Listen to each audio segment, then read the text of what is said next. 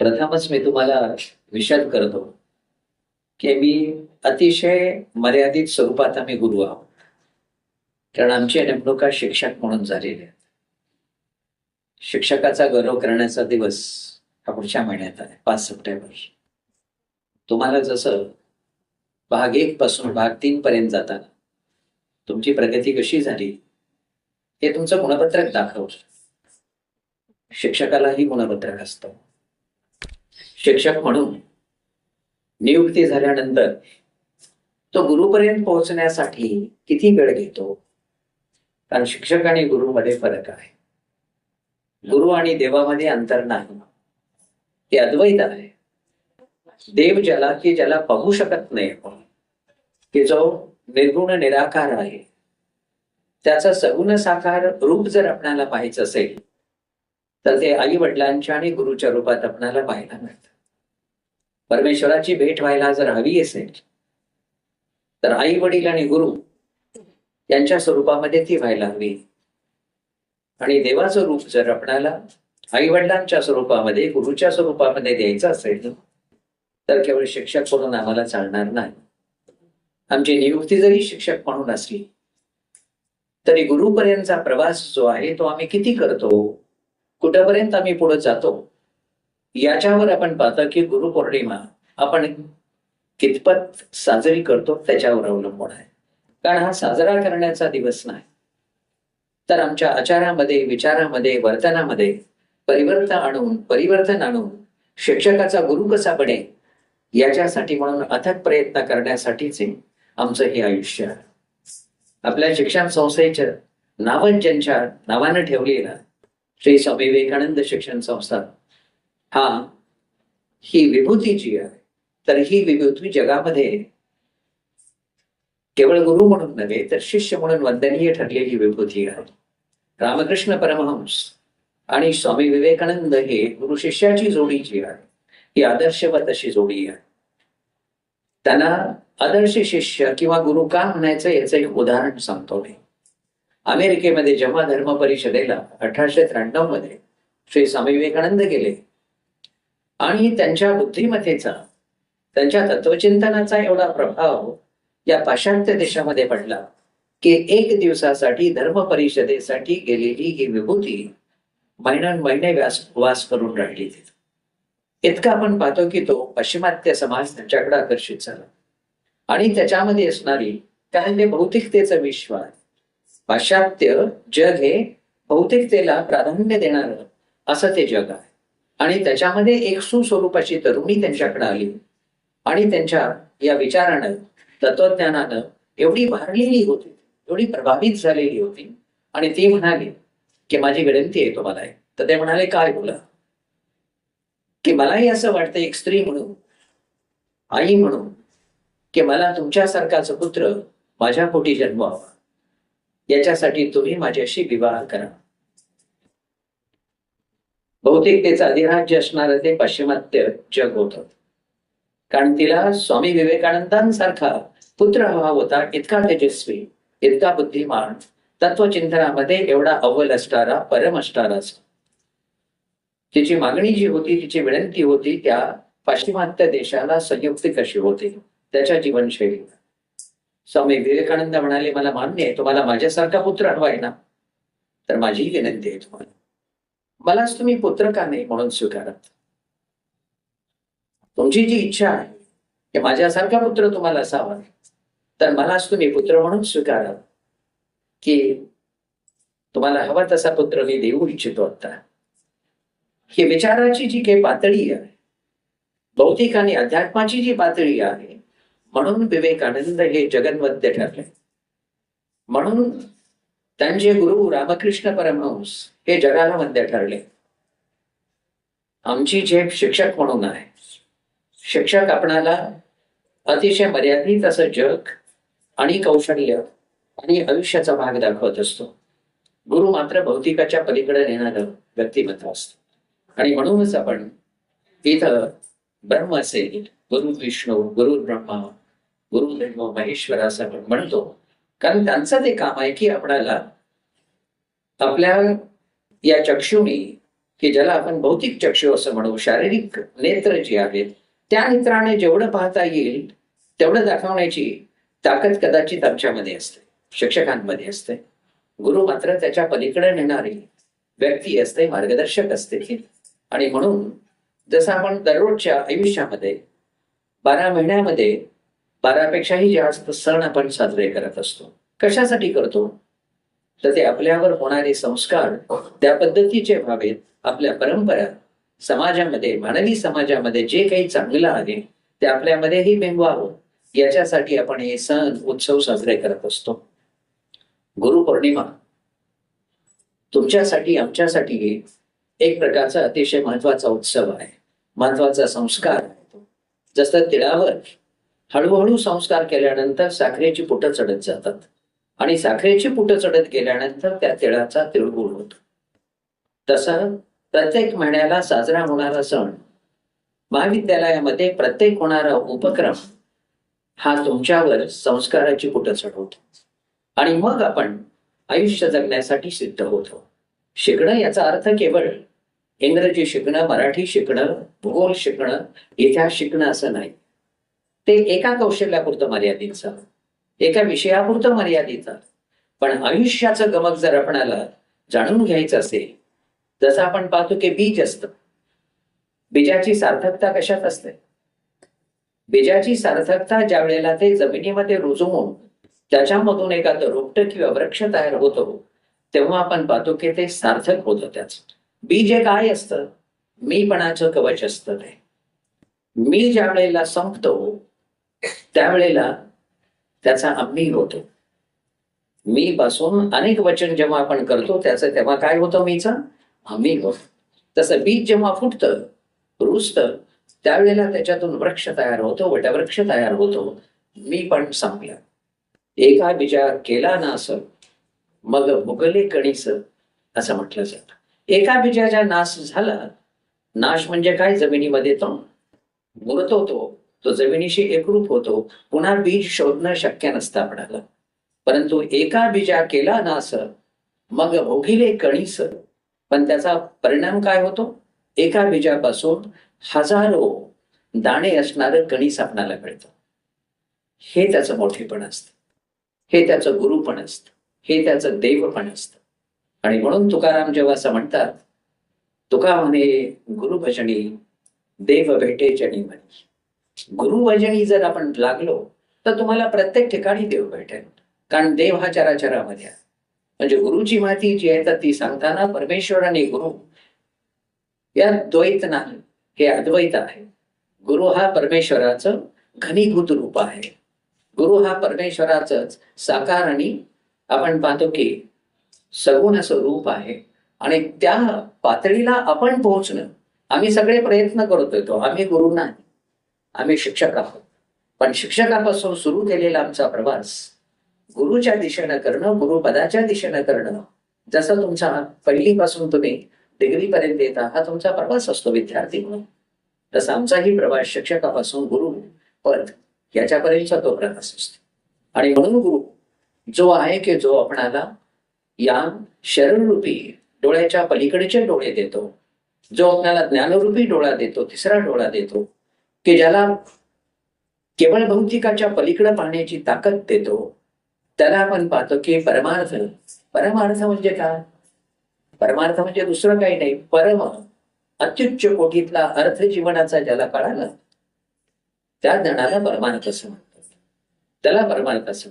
एकाला विचारलेलं होतं एका शिष्याने की आयुष्याचा अर्थ काय? तर त्याला गुरुनी सांगितलं, आयुष्याला काही अर्थ असत नाही. आयुष्याला अर्थ असत नाही. आयुष्य जर आपल्याला मोजायचं झालं तर ज्या दिवशी जन्मलो आणि ज्या दिवशी मेलो या दोन्ही मधलं जे काय अंतर वेळेत मोजता येतं त्याला आयुष्य म्हणण्यासारखं आहे. मग असे कितीतरी जन्मतात, कितीतरी मरतात, म्हणून त्याला आयुष्य म्हणायचं का? नाही म्हणायचं. तर लाईफ कशाला म्हणायचं? लाईफ इज नो मिनिंग असं ते म्हणाल. लाईफ याला तसा काही अर्थ असत नाही, परंतु त्याला अर्थ प्रवृत्त करून देण्याची संधी जी आपल्याला मिळते, हा जन्म आणि मृत्यूच्या मधला काळ जो आहे त्याला आयुष्य. कुठलंही साधन घ्यायला काठी घेतली, काठीला असा काय अर्थ असतो? एखाद्या काडीला काय अर्थ असतो, परंतु ती काडी जेव्हा पाण्यामध्ये पडते आणि मुंगीसारख्या एका जीवाचा आधार बनते, तिचं मृत्यूचं रूपांतर त्याच्या आयुष्यामध्ये करते, त्यावेळेला त्या काडीला अर्थ प्राप्त होतो. तसं आपलं आयुष्य सुद्धा जगणं किंवा जन्मणं आणि मरणं याला अर्थ नसतो. या दोन्हीच्या मध्ये, या दोन बिंदूंच्या मध्ये आपण काय करतो समाजासाठी, या मानवी समाजासाठी, चराचरासाठी आपण काय योगदान देतो, कशा पद्धतीने व्यक्त होतो, त्याला आयुष्य म्हणतात. अशी जाण देणारा, असा मार्ग दाखवणारा एखादी जर व्यक्ती असेल तर ते गुरु असते. आपणाला प्रत्येक क्षणाला समृद्ध करणारा, आपल्या आयुष्याला प्रत्येक क्षणाला अर्थ देणाऱ्या ज्या ज्या व्यक्ती आपल्याकडे असतील त्या सगळ्या गुरुस्थानी आहेत. माझी बायकोही माझी गुरु आहे, कारण ती घर सांभाळताना जेवढी कौशल्य वापरते तेवढी मी नाही वापरता येत मला.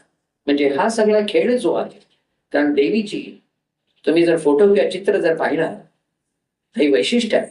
देव आणि देवतांमध्ये, देव आणि देवीमध्ये हा फरक आहे. देवी दाखवल्या जातात त्या बहुतांशी अष्टभुजा दाखवल्या जातात, त्यांना 8 हात असतात. देवांना क्वचितच 8 हात असतात. त्यांना आमच्यासारखं एक मार्गी काम करण्याचं काम असतं त्यांचं, तसं देवीना नसतं. तसं स्त्रीला घरातल्या मॅनेजमेंट गुरु असते. प्रत्येक स्त्री जी असते ती मॅनेजमेंट गुरु असते, कारण प्रत्येक आघाडीवर तिला लढायचं असतं. सकाळ सुरू झाल्यापासून रात्रीपर्यंत आपण पाहतो की हर प्रकारची, अनेक प्रकारची कौशल्य तिला वापरावी लागतात ती विविध कामं पार पाडण्यासाठी. तीही गुरु असते. म्हणजे आपले जीवन समृद्ध करणारी जी जी व्यक्ती असेल, जो जो सजीव असेल, मुंगीही गुरु आहे माझी. कारण मला एक सांगा, एका नातवानं आजीला विचारलेला प्रश्न आहे. नातू म्हणतो, आजी तो भिंतीकडे पाहतो आणि त्याला मुंग्यांची अशी रांग दिसते, ते पळत असतात, तुरु मुंग्याचे असतात. तर तो विचारतो आजीला की आजी या मुंग्या कधी थांबतात, कधी झोपतात? तर असं त्याला विचारायचं असताना तो जरा वेगळ्या पद्धतीने विचारतो. त्याला कोणीतरी कानावर पडलेलं असतं आणि तो म्हणतो की हे जगबुडी कधी होणार, जग हे कधी नष्ट होईल आजी?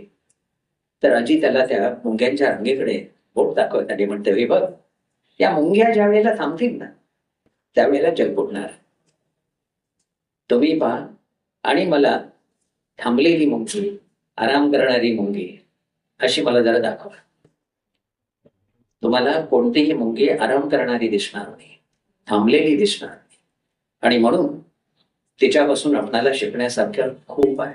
उद्यमशीलता जर शिकावी, प्रयत्न जर शिकावा, तर तो मुंगीकडून शिकावा. इवलासा जीव आहे तो, परंतु इवलासा जीव आपल्यासारख्या महाजीवाला किती शिकवू शकतो, किती सांगू शकतो. मुंगी ही गुरु असू शकते तुमची माझी.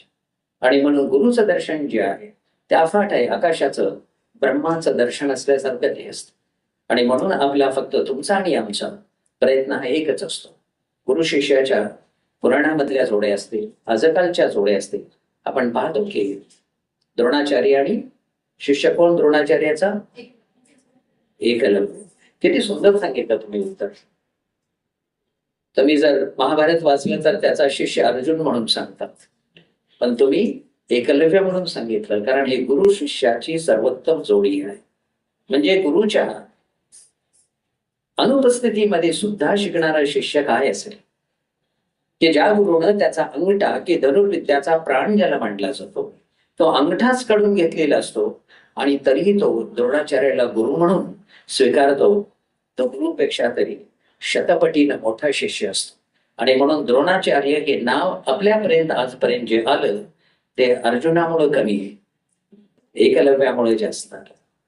त्यामुळे गुरुला जन्म देण्याचं काम हे शिष्याचं असतं.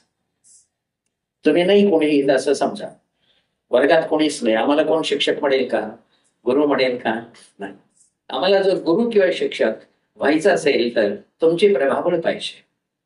हिऱ्याला जर चमकायचं असेल तर त्याला कोंदण लागतं. शिक्षकाचं अस्तित्व विद्यार्थी रूपी कोंदणावर अवलंबून असतं. आणि म्हणून आज गुरु शिष्य जी आहे, गुरुपौर्णिमा जी आहे, शिष्याच्या जीवनामध्ये ज्ञानाचा तिसरा डोळा देणार, भौतिकापासून अध्यात्मापर्यंत देणार, भौतिकापासून परमार्थापर्यंत देणारा परम अर्थ आयुष्याचा आपणाला सांगणारा जो असतो तो गुरु असतो. त्याच्या शोधामध्ये राहणं आपण पाहतो की हे जीवनभराचं आपलं काम असतं. कारण एक गुरु आपल्याला या तीराकडून पलीकडे नाही निघू शकतो. आणि म्हणून इथं गुरुगीता असेल किंवा तुकाराम असतील, याने गुरुचा महिमा जो आहे की जो अखंड राहणार आहे. आणि ही परंपरा समृद्ध आणि अशी भव्य दिव्य, ही फक्त एवढी ज्याला आपण परमार्थाच्या पातळीवर जी आहे ती फक्त हिंदुस्थानामध्ये आपल्याला पाहायला. बाहेर जी असते पाश्चिमात्य देशामध्ये गुरु शिष्य असतील, परंतु शिक्षक विद्यार्थी या पातळीवर जास्त असतात. इथं मात्र आपल्याकडे गुरु आणि शिष्य ही आदर्श परंपरा जी आहे, या परंपरेमुळं हिंदुस्थान किंवा भारत हा अतिशय समृद्ध, संस्कृतीनं समृद्ध, विचारानं समृद्ध, ज्ञानानं समृद्ध असा असणारा देश आहे. तर आम्ही तुम्हाला केवळ विद्यार्थी नाही, तुमचा प्रवास विद्यार्थ्याकडून शिष्याकडे व्हावा, जसा आमचा प्रवास शिक्षकाकडून गुरुकडे व्हावा, अशी आमची आस असते. तर आज आपण हे सरांनी जसं सांगितलं की आद्य गुरु व्यास आहे, बरोबर आहे. त्यावेळेस पण माझा थोडासा वेगळा तर त्याच्यामध्ये वैयक्तिक म्हणून माझं मत आहे, जो गुरु आपलं ज्ञान हे केवळ ठराविक मर्यादित अशा समाजासाठी देतो, त्याला मी आद्य गुरु म्हणत नाही म्हणत. प्राचीन गुरु असतील व्यास, की जिथं फक्त ब्राह्मण आणि क्षत्रिय यांनाच ज्ञानाचा अधिकार होता, तुम्हा मला नव्हता. म्हणून मी अर्वाचीन आद्य गुरु म्हणून महात्मा ज्योतिराव फुले आणि सावित्रीबाई फुले यांच्याकडे पाहतो, की ज्याने तुम्हा मला ही ज्ञानाची कवाड खुली करून दिली. तिथं त्यांनी मराठा, ब्राह्मण अशा प्रकारचा, क्षत्रिय, शूद्र अशा प्रकारचा कुठलाही भेद, कुठलाही निकष नाही लावला. आणि म्हणून माझ्या लेखी त्याला व्यासपीठ जरी म्हणत असले, व्यास जरी आद्यगुरु मानले जात असले, तर तुमच्या माझ्यासाठी आमचे आद्यगुरु जे आहेत ते महात्मा फुले आणि क्रांतीज्योती सावित्रीबाई फुले याच असतील. गुरुपौर्णिमेच्या दिवशी त्यांचंही स्मरण करणं आपलं परम कर्तव्य आहे, आद्य कर्तव्य आहे. म्हणजे गुरु परंपरा काय असते, गुरु काय आहे, शिष्य कोण असू शकतो. गुरुचा शिष्य इतका बलिष्ठ असतो एकलव्यासारखा, की शिष्य जर तयार असेल तर गुरुला अवतरावंच लागतं. जसं नामदेवाच्या बाबतीमध्ये त्यानं हट्ट धरला आणि परमेश्वराला त्याचा साक्षात येऊन त्याचा प्रसाद खावा लागला, एवढी ताकद नामदेवाजवळ होते. शिष्याजवळ एवढी ताकद असते की त्यानं जर ठरवलं तर गुरुला यावंच लागतं तिथं. आणि म्हणून आज जे गुरुपौर्णिमा जी आहे ती या कारणासाठी म्हणून आपण एकत्र येतो. आपल्या परंपरा काय आहे, जसं आपल्याला माहित असतं की आपले वडील कोण आहेत हे माहीत असावं लागतं, आपले आजोबा, आपली आजी कोण आहे हे माहीत असावं लागतं. का? कारण ती आपली ओळख असते, ती आपली काय असते, ओळख असते, ती परंपरा असते आपल्या ओळखीची जी आहे ते. आणि म्हणून गुरु आणि शिष्य आपण जेव्हा शिक्षक आणि विद्यार्थी म्हणून एकत्र येतो, त्यावेळेला आपले हे गुरु शिष्य जे आहे की जी आपली ओळख असते, काळानुकाळ झालेली ओळख असते. तर या सगळ्या गुरूंना आपण सगळे म्हणून इथं एक नमन करूया, त्यांचं जे स्मरण करूया आणि त्या गुरूंचा हात आपल्या मस्तकावर सदैव राहो, आपलंही जीवन सफल हो, याच्यासाठी आपण सगळे इथं आज त्यांना वंदन करण्यासाठी जमलेलो आहोत. एवढाच मर्यादित हेतू होता की तुम्हाला गुरु म्हणजे काय, गुरु परंपरा काय असते, आपलं काम काय असतं, आपला प्रवास कुठं सुरू झाला, आपण कुठेपर्यंत गेलं पाहिजे हे आपल्याला कळायला पाहिजे. जर आपण घर सोडून सकाळ सकाळी पहाटे पहाटे इथं जर येत असेल तर आपल्या या प्रवासावर आपण किती चाललो, विद्यार्थी ते शिष्य हा प्रवास आपला किती झाला हे आपल्याला नक्की ठरवता आलं पाहिजे. कारण आपल्या जीवनाचं यश, त्याची सफलता याच्यावर अवलंबून आहे. धन्यवाद ऐकून घेतला त्याबद्दल.